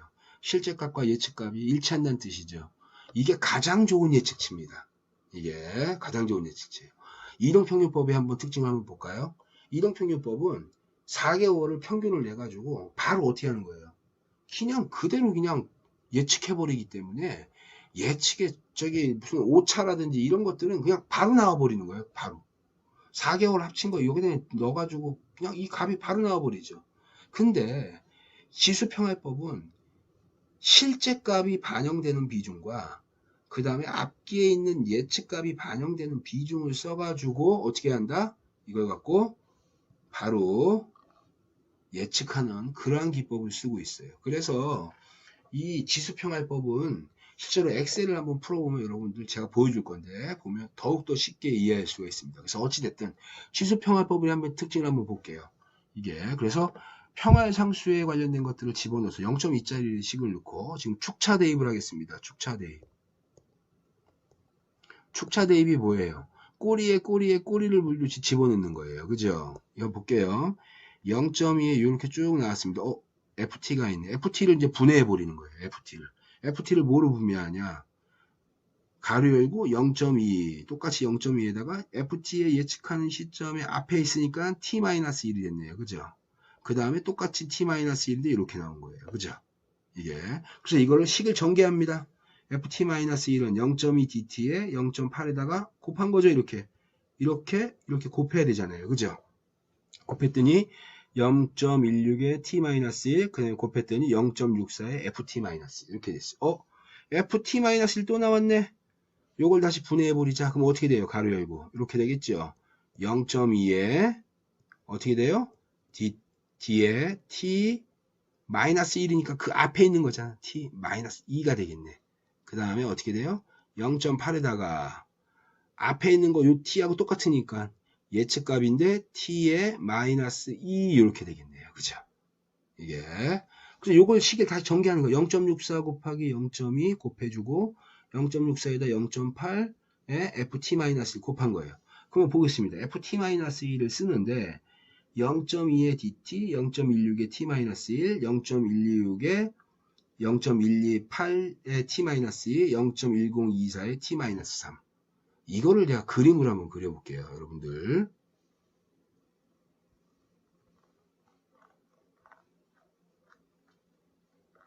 지금 진하게 하겠습니다. 진하게 했는데 내가 지금 이 T 여기서 T 플러스 1기간이에요. T 플러스 1기간에 실제로 과거의 정보죠. 과거의 정보예요.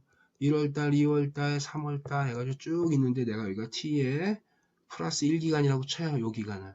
그러면 그 기간의 예측값을 계산하는데 앞에 있는 실제 값을 0.2만큼 반영하는 거야. 즉 0.2만큼 반영했어요. 0.2만큼. T 플러스 1의 앞에 있는 것들. 그러니까 T 플러스 1기간에 제가 지금 예측값을 쓰는데 T 플러스 1기간이 아니라 어떻게 되냐면은 T기간이 되겠죠. T기간에 0.2만큼 반영했네. 그 다음에 얘보다 앞에 있는 과거가 어떻게 돼요? 0.16이에요. 0.16 쭉 해서 0.16 이렇게 해서 0.16 그 다음에 그 밑에는 또 어떻게 돼요? T의 마이너스 1, T의 마이너스 2, T의 마이너스 3, T의 마이너스 4 쭉 N까지 가겠죠. 그죠? 그죠? 그러면 예측하는 시점 T 플러스 1기간에서